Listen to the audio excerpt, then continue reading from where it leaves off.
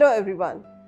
Welcome to another episode of Money Matters for Her, Season 3, where we celebrate women who have taken control of their financial destinies and made impactful strides in their respective fields. Our aim is to inspire and empower women everywhere, showcasing why they need to manage their finances and how they can do it on their own. So whether you're looking to gain financial independence, start a business, or simply learn from the experiences of women who build their own empire, this series is for you. Today's guest is an inspiring entrepreneur who has successfully led multiple business ventures. As the director of Anil Engineering Private Limited and proprietrix of ALG Equipments Asia Pacific, she has established herself in the engineering and manufacturing sectors. Her achievements have been recognized with numerous awards. Her journey from an HR professional to an influential business leader showcases her resilience and dedication. Let's welcome Dhivya Sriram. Welcome Dhivya. It's wonderful to have you today and we are looking forward to this conversation with you. Thank you, Mamta, for this wonderful opportunity. I'm so looking forward to having this conversation with you. So Dhivya, we have a few questions for you. Can I start? Yes, of course. Thank you. So Dhivya, we know that you had started your career in HR and then you moved to a business in engineering. So what prompted you to make this varied switch? Well, I'd like to call myself an accidental entrepreneur because my ambition was in HR and I had to make this switch post my marriage because my father-in-law and my husband were acquiring a sick industry in Mumbai, and the shift was 360 degree because coming from a corporate into a family business segment and from a corporate lifestyle into a business lifestyle, and again it was a factory of 700 square feet. But I was always fascinated about manufacturing segments because you make something from scratch and you convert it into a product that could be used somewhere to solve some solution or a problem. That's why businesses are businesses. So here, despite the challenges, I was more excited because having a background in management and my HR skills, I was always enthusiastic about learning what this could be, what value that I can add into this to turn this into something that has a propelled growth and progress. So it was always interesting for me. That's an interesting story. In fact, this transition seems to be very intense. Can you tell me what was the biggest challenge that you faced during this change in your career? It is a paradigm shift for me as an HR, from managing a few thousands of rupees into managing several lakhs and crores of rupees was a huge leap. So delving into financial planning, management and everything was all about finance and numbers at the end of the day.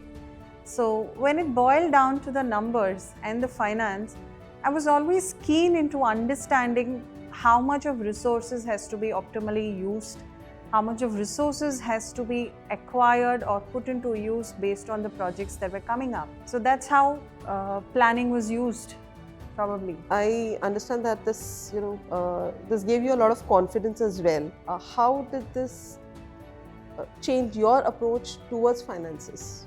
Finances and the discussion was always an integral part of our life, and it traces back to my childhood definitely, where I've seen my grandmothers, great-grandmothers and parents prioritizing money, hailing from middle-class traditional background. My parents were working in Government of India and practically rose from scratch to what they brought us up to. So money was always treated as akin to goddess Lakshmi, I would say.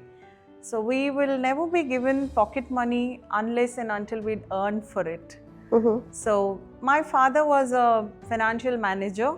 He managed the entire Tamil Nadu and Northeast accounts with BSNL.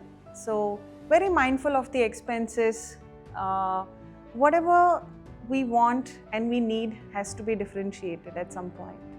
So it's not like you name it and you have it. It's like we were taught to value money.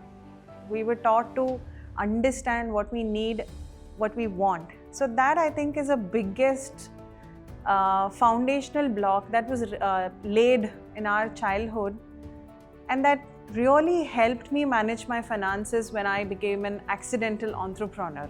From what you're saying, what I understand is that this kind of would have added on to how you have created or implemented the key financial strategies to move from a small business unit to the thriving enterprise it is today. So would you like to elaborate on that as well? Absolutely. The operations a decade ago were limited to what it is today. Over a decade, I think we have spanned around 6 to 7 times the turnover of our industry, of our organization. So it involved taking some tough decisions. I was hell-bent on taking some of the tough decisions that, propel towards growth, although we had I had to take some calculated risks also, because it was completely to move out of my comfort zone. As an entrepreneur, I was never in my comfort zone if I had to plan my finances. There were some difficult decisions, and something always has to be at stake when money is involved. Likewise, the welfare of our organization, the family, and the stakeholders always had to be kept in mind while planning our financial strategies and liabilities that could build financial relationships for us over time. So, since you understand finances so well, I'm tempted to ask, do you involve family in your financial decision making? And let me add a bit more further to it. Since you have a 5.5-year-old at home, do you think it's the right age to talk about finances and teach them about the value of money? Financial discussions are an integral part of our daily life, considering the fact that myself and my husband both are in the business. So our conversations are very transparent and very honest, and our 5-year-old gets to listen to it. When we sit together and explore on different investment options available in the market, so on and so forth, analysis of picking up a good debt or some good liabilities that will enhance our business. So these are some conversations that we have it regularly, and in fact we also play with our daughter, more like a role play, where we sort of introduce, she's like a business person, selling something, a fruit seller, or she's got a store and we go shopping over there. So we tell her that she is selling something to us and we are paying her. So small basic financial transactions are being understood, even if it's for like 50, 100 or 500 rupees, whatever it is. She collects it from us, and then she's got a piggy bank. She puts it in that, and I think twice a year I take her to the bank. So all these money, along with whatever gifts that are received in cash from relatives on different occasions, goes into the piggy bank, and that ultimately goes into her savings. I also take her to shopping on several occasions, where I teach her the nuances of differentiating between need and want. So when she sort of looks into the price tag and I say, now this is what mama is going to give you. This is a fixed amount in which that you can shop, or you want to buy something else for your birthday, or which is like 6 or 8 months away. So she sort of makes plans. Then she says, Mama, I'll take this. Maybe the balance amount from whatever you have said can go into the piggy bank so that she can buy something for her birthday.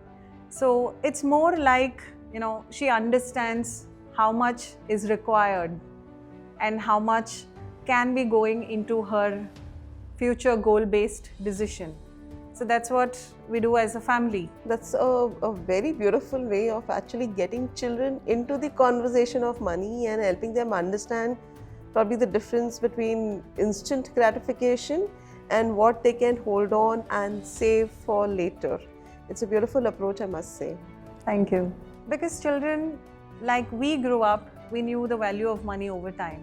The next generation children also needs to know all these, so that when our mothers and grandmothers managed a large family, built assets that could last generations, it's ultimately the responsibility of our future generation to use it wisely, not just inherit but also build their base more stronger from what they inherit also.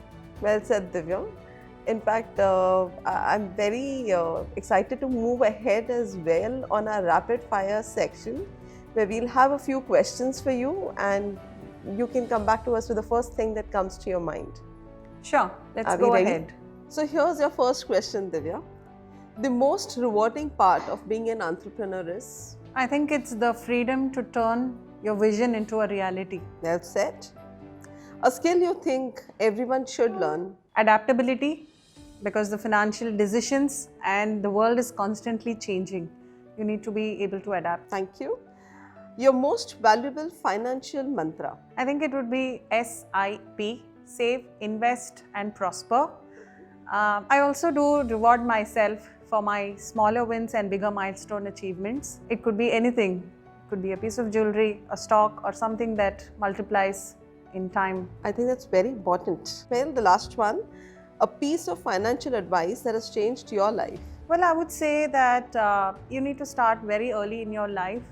The earlier the better, because do not wait for the right time. It's now or never. Why? Because these investments and these financial plannings, especially during COVID time, when the businesses were hit tremendously, these plans helped us to, in fact, invest better and diversify in our business. Like, could be the importing of state-of-the-art machinery, expanding our wings into exports and market research, definitely. That was some really quick thinking. Thank you very much. It was very insightful. Thank you. In fact, lastly, you've mentioned the importance of financial independence for women. So why do you believe that money matters for her, and what advice would you give to women to take control of their finances? Financial independence is crucial for every woman, as it provides her the safety net against life's uncertainties. My mother always taught me that being financially independent is crucial so that you don't depend on anybody else for future and security.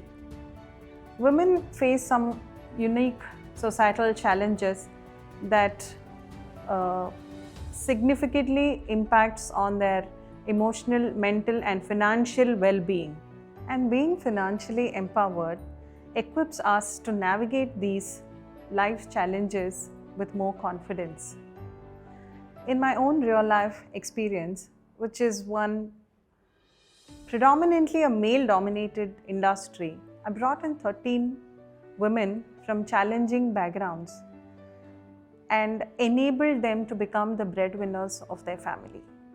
Today, their financial autonomy to be able to invest, they are able to mindfully plan their finances, gives me immense satisfaction, and the kind of empowerment which we propagate, creating a ripple effect across different dimensions in the society as well.